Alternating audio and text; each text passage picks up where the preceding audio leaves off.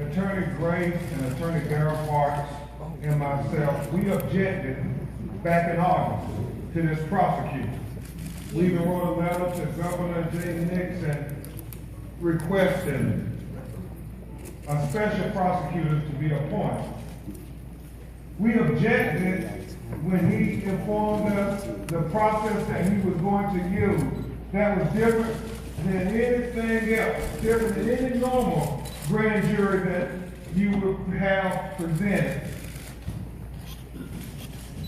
And now, after we watched him last night in his comments, we strenuously objected to this prosecutor and this process.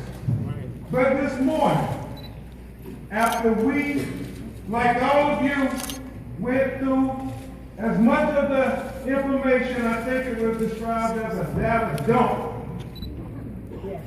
We went through as much of it as we could and saw how completely unfair this process was.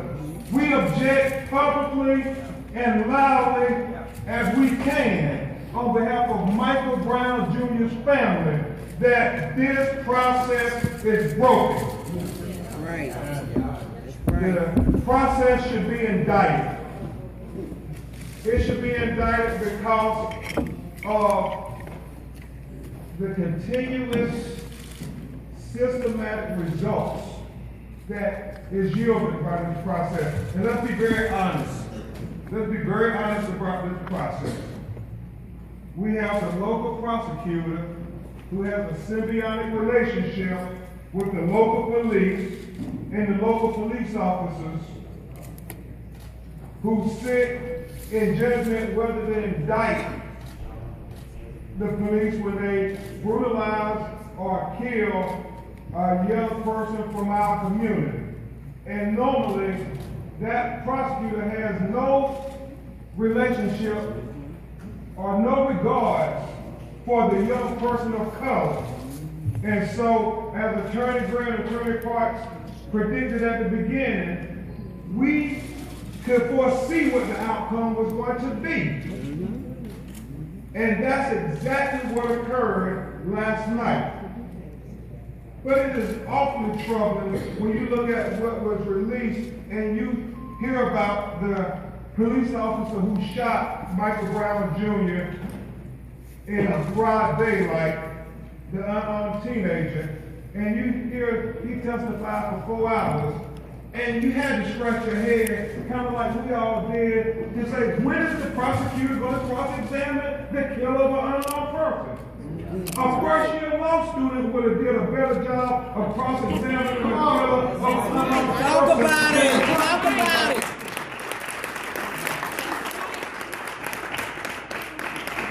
I mean, where was it vetted? Where was his veracity ever challenged? Where was his credibility ever challenged when you watch those 4 hours that he got to give a speech to this grand jury? Yeah, he told the detective testified, he told me he got hit 10 times, violently. He told the grand jury he only got hit 2 times. But he said, and you all heard it, holding against a 5-year-old. Nobody personal, well, officer. You're 6'4", you weigh 226 pounds. Michael Brown is 6'6". He wears 292 pounds. You mean to tell me that he hit you with such force that you were describing that it was going to knock you out, it was going to knock you unconscious? And nobody held up the pictures to say, but that's not consistent with the physical evidence. That's right, that's right, that's right.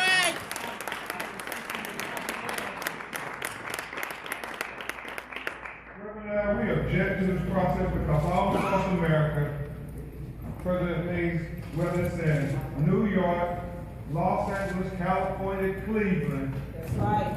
Young people of color are being killed by police officers, and the local prosecutors put together this fair and unbiased grand jury, and it continues to yield the same results.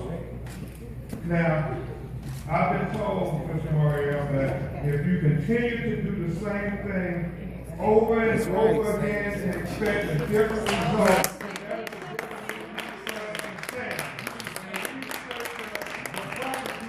we are not the same. We know that our children deserve equal justice. That's right, that's Just right. as any American. And we want the prosecutors, if they have a conflict of interest, and for the sake of the public trust, which is so critical to Ferguson and many communities all over America, President Brooks, we pray that prosecutors will say, we want people to believe in the system. And if that means appointing a special prosecutor who has no relationship with the accused officers, that you do so. The legacy of Michael Brown Jr. should be one, not where we just make a lot of noise, Mr. Brown. That wouldn't be the proper legacy to your son. The legacy to Michael Brown Jr. should be that instead of just striving to make a lot of noise, we strive to make a difference. And that difference is where the police who are supposed to protect and serve us continue to kill our members in our communities. And we have to really address this issue as one that, what scenario could we offer where they finally indict police officers for killing us? Isn't that the real question? That's right. So, as we make ready to hear from Attorney Gray and hear from Reverend Al, and Mr. Brown will be present before you, we beg you all again that we know it's frustrating, and we know that it's painful.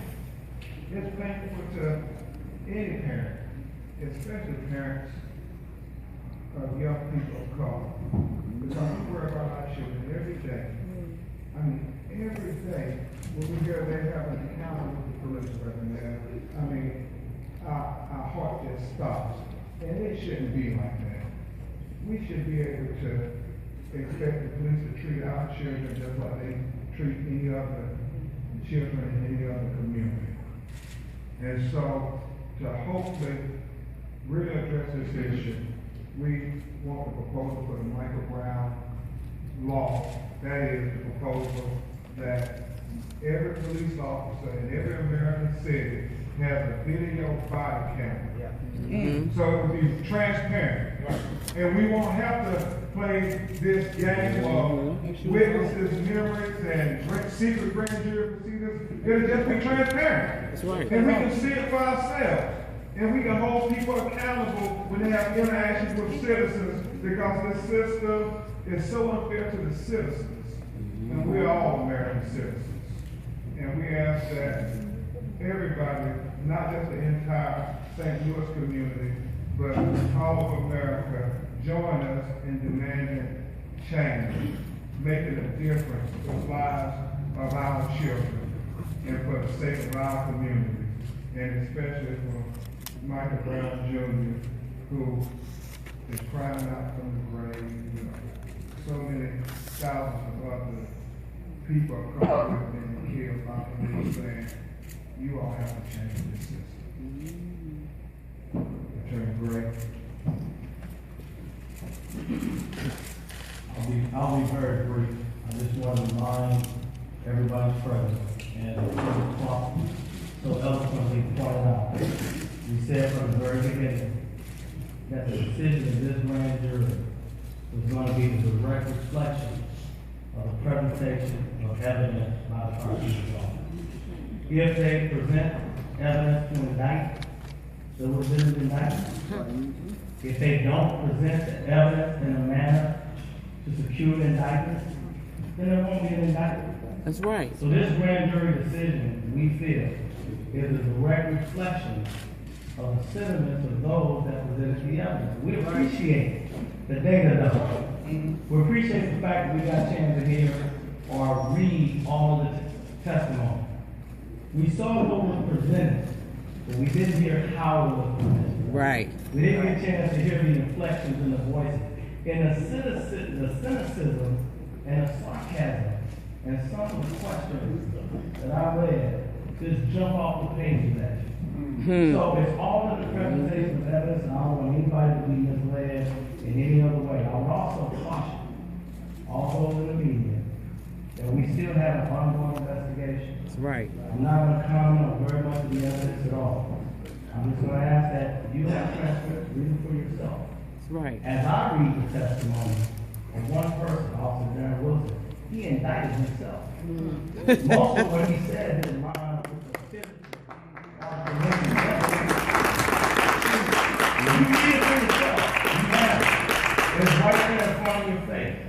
And you know, there's an old adage that some people will say, if you really want to hide something, you hide in the plain view.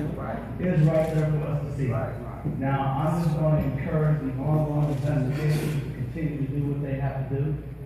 And we'll hold out hope that subsequent investigations would produce a result that reflects the way that evidence is presented.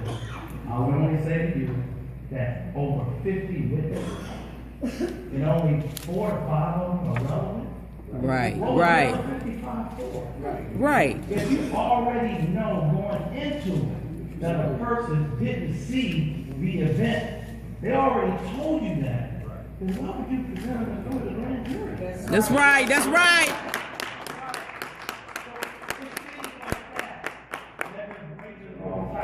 All kinds of red flags for us in this process.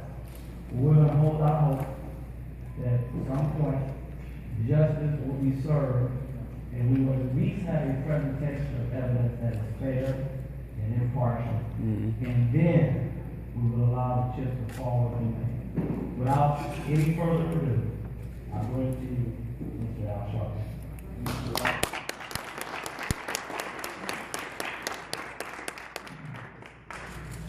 3 days after Michael Brown Jr. was killed, we had a major rally in this very church. We said that night, with his parents present, that we had little to no faith in the grand jury by the local district attorney. We said that night that we wanted the federal government to come in. That Sunday we had a unity rally where thousands came and joined. We repeated it, and all the way through the funeral where I unity rally. Last night, the appearance by the district attorney made it clear to everyone why we had little faith in the state prosecution. I've been out involved in civil rights all my life.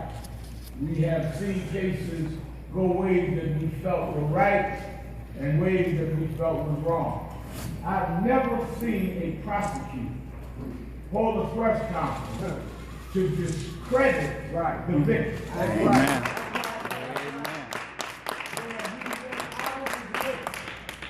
To go point by point in discrediting Michael Brown Jr., who could not defend himself.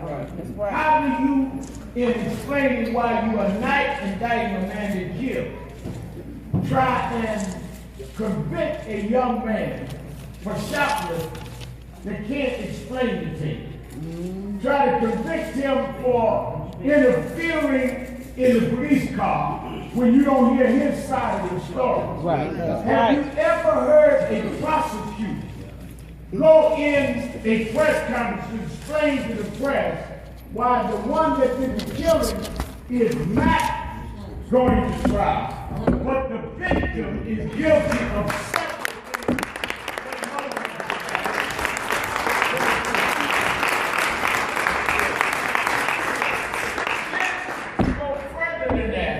He takes his time to methodically try and discredit the witness. Witnesses that will still be needed going forward in the ongoing federal investigation and if they are civil proceedings.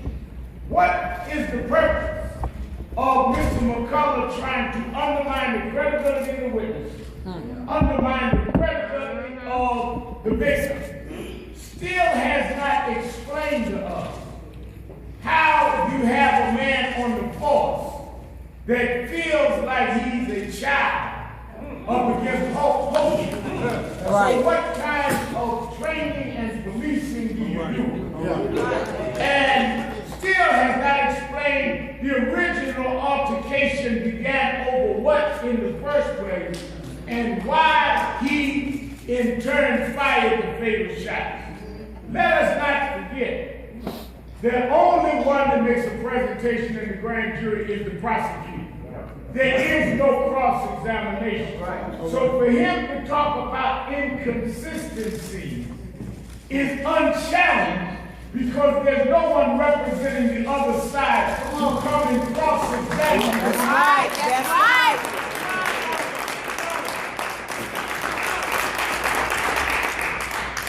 What may sound inconsistent is only responding to what matters. If there was two sides, then maybe some of the gaps would have been filled.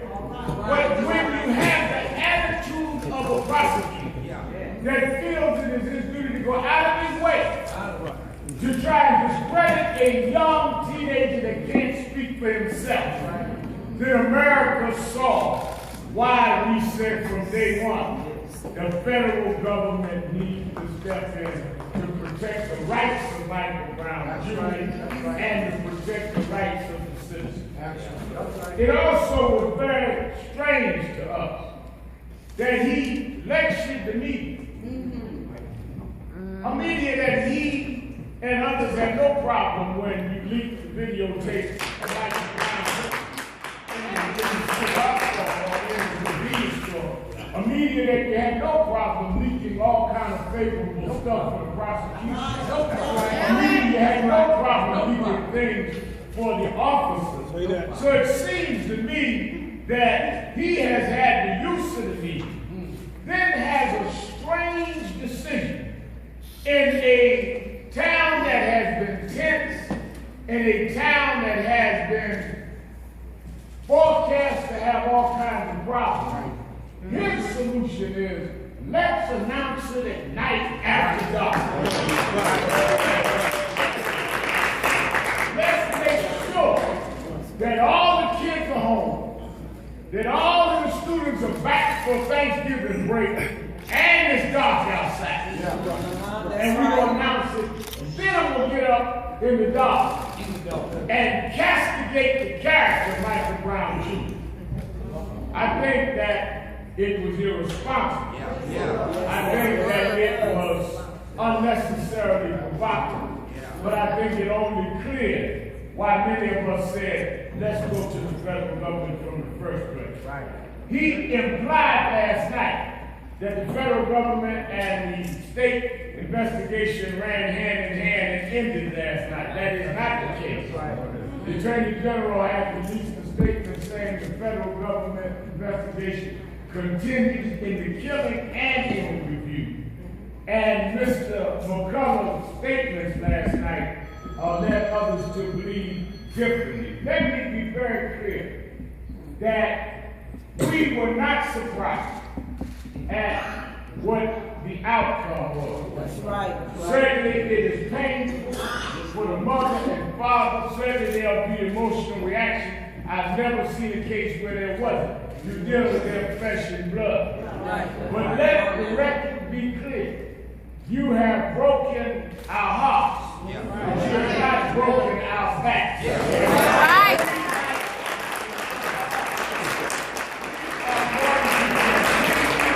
To pursue justice. And this is not a Ferguson problem. There's a grand jury about a week or two away from deciding the chokehold case in New York. There's a 12-year-old that was just killed by police in sleep. This is a problem all over the country. Right now, 12 youth all over the country. People are marching and gathering in front of federal courthouse.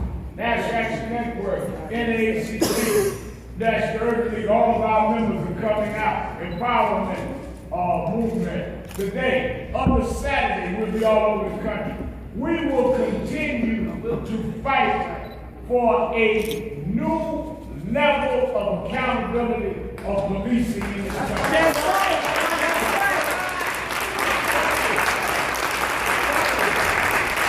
Michael Brown will not be remembered for the ashes from buildings burned in Ferguson. He will be remembered for new legislation and the upholding of the law.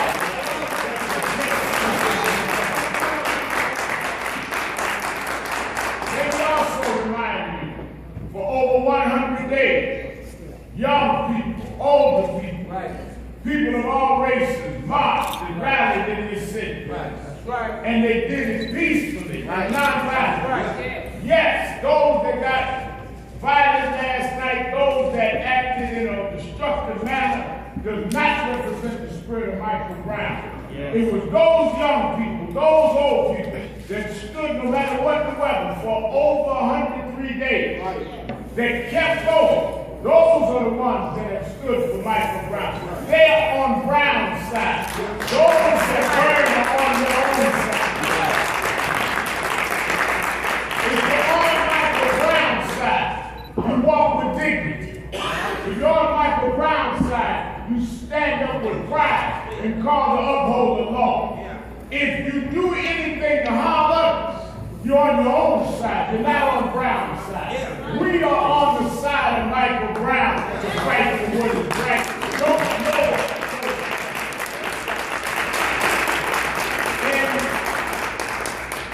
In that night, we also question how you have grand juries now that are trial juries. Right. Yes. The use of a grand jury is to find out if there is probable cause to go to trial. You do not have a grand jury to decide on the guilt or innocence of the accused. You only decide if there's enough to go for. You have a deceased body, this person did it, their accusations, he contradicts them, it goes to trial. The fact that last night, the prosecutor was not announcing whether there was probable cause. He was announcing the acquittal of the officer.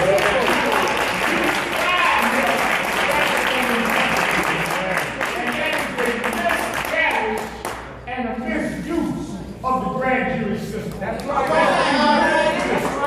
what we saw. We also, in that night, Martin L'Oreal of National Relief was present.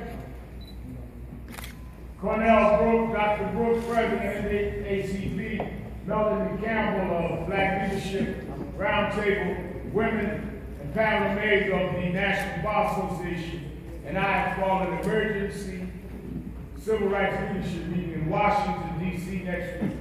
In that meeting, Reverend Jamal Bryant, in that meeting, we will determine an ongoing strategy that would include mass and regular marches, legislation, and economic boycotts. We will not turn around. We want you to know that we will have the leading activists, civil rights activists, including some of our young groups that want room on the platform, that have shown the ability to mobilize. This is not about all of us liking each other. This is about all of us being honest. We will come out of that summit and lay out a plan that will constructively help to change this nation and bear on those ongoing cases. Because we just had another case in New York over the weekend in a public housing a stairwell. Michael Brown has lit a new energy for police accountability. I remember when Rodney King happened, our hearts were broken when we went to sit it down and watched a trial jury acquit those police. There was violence after that, but we kept on going, and the federal government came in and those policemen were convicted. So before you think this is over,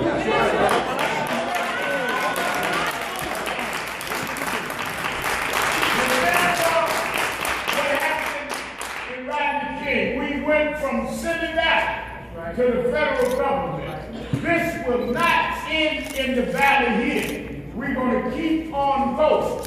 We have told this family we're with them to the end. That's right. And we told them we're going to do it with dignity.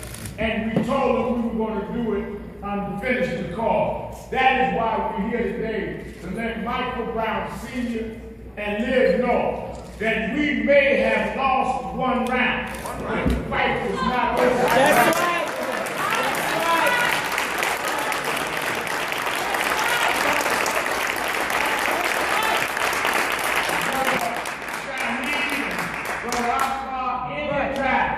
You watch a fight. Sometimes you can even get knocked down in the round. But I've seen champions get up off the mat and still win the fight. We took a blow last night, but that's all right. That's all right. We've gone to the corner and cleared our heads. That's right.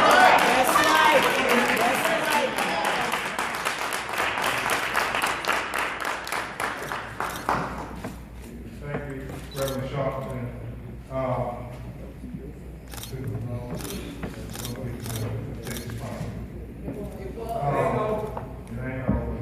And I am reminded again in a particular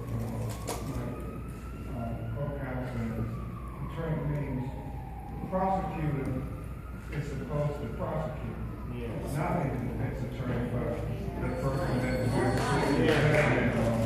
so that's why we got to deal with these real issues, because this process was supposed to give clarity when they released this data. Well, didn't it create more questions than anything?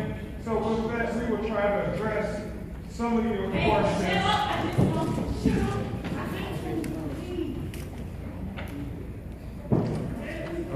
We're trying to address some of your questions, and then we're... Attorney Crump, Attorney Crump, can you please respond to the video last night? Sure. You got agitators in here in the back. Somebody need to be an agitator back here. Look at you got agitators sitting back here trying to get something. The agitators need to leave. The agitators need to leave. Get up. Get up. The agitators need to leave. Get them out. Get them out. Get them out. Get them out.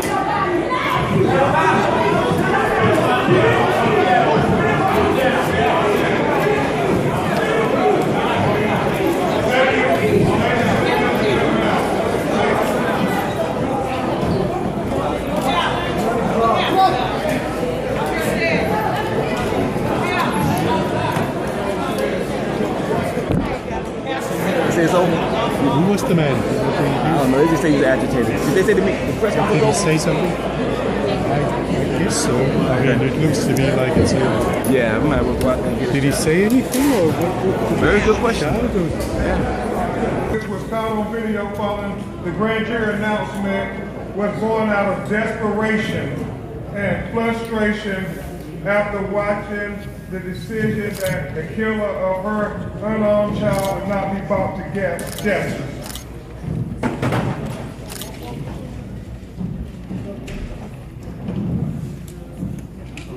I'm giving everybody just a moment to set back up.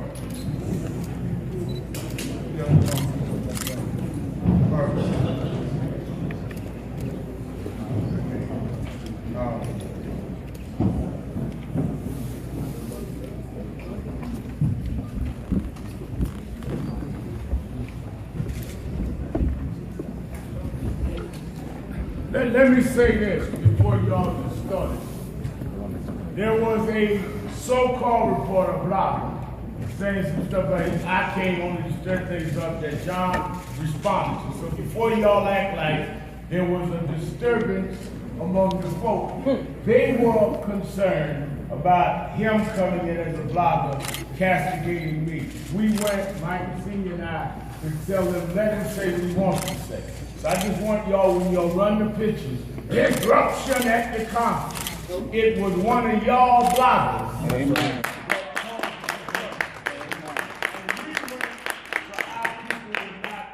I just want want you to get clarity what it is. And I have no problem with a guy not wanting to hear what I got to say, but then why would you come to where I'm the one?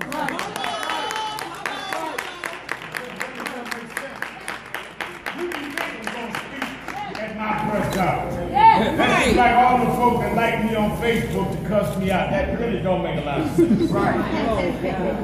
Thank you, Rev. Don, I try to answer your question again. Leslie McFadden's immediate reaction, which was caught on videotape after her devastating news that the killer of her child was not going to be brought to justice, was overwhelming to her.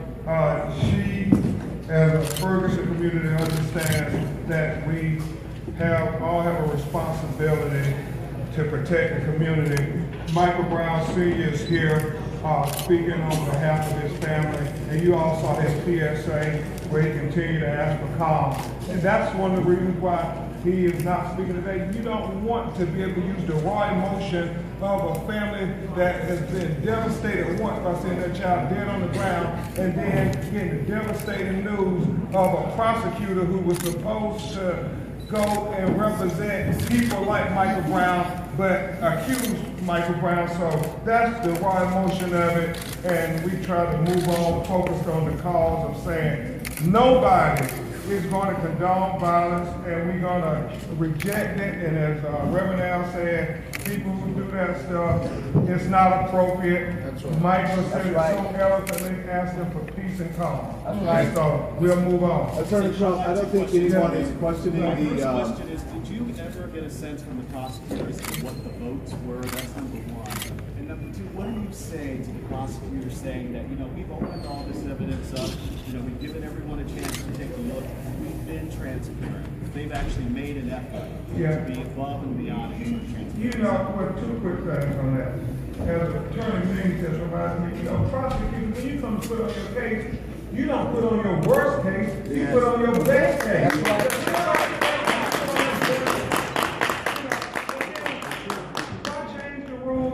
When it's our children dead on the ground. That's right. That's right. All the 28 years or so right now that he was the prosecutor, he did grand juries, he recommended charges. He didn't go dump everything out. So he said he did it this way because it was so fair. So is that to say for the other 28 years he was unfair? Don't change the rules on us. We want equal justice. That's right.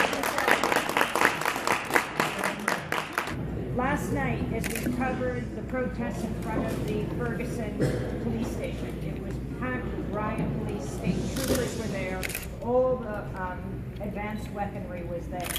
When we went over to West Florissant and expected to be stopped there by the police, as we were at the protest months ago, it was wide open. We saw no state troopers, and we hardly saw police. Do you think the authorities let Ferguson burn? Yep. Yes.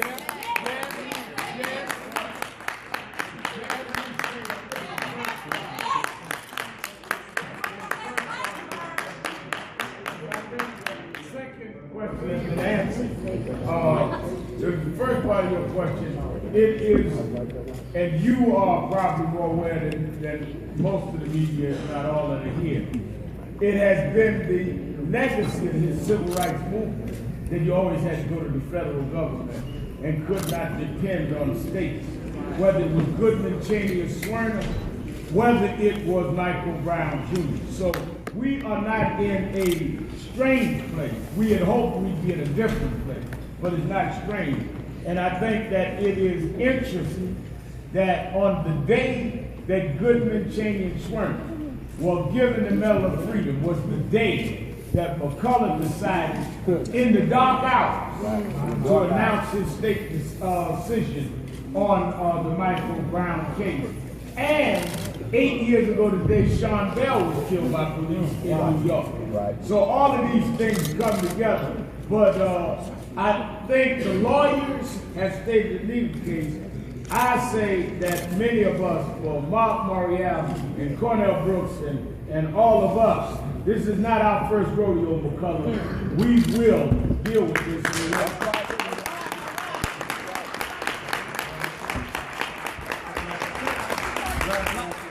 Last last night, I don't think anyone questions Mrs. Fadden's response, but her husband said, let's burn this. It brought emotion, not appropriate at all, completely inappropriate, and, you know, God forbid your child was killed the way they killed, and then they get that just devastating announcement in the manner it was announced, and somebody put a camera on your face. What would be your immediate answer?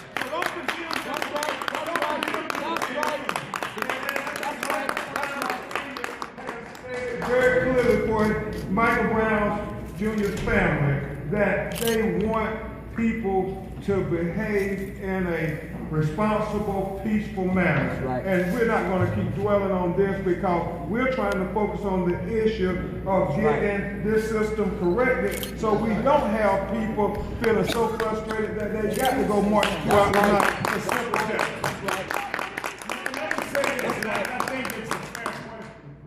That's one of the reasons that all of us here as civil rights leaders to say that there is another way other than to explode and other than to have an outrage like that. Many of us are condemned, but we are the vehicle to try and address these things. Yet we're considered incendiary when in many ways we're the ones that are trying to show the constructive way to get justice. Because after you burn stuff down, then what? That's not going to get us justice. That's right. And if you burn down buildings, you achieve what? A fight. But you don't get justice for Michael Brown. That's why we're here this morning, to show a better way. We just need the system to meet us halfway and do what you said.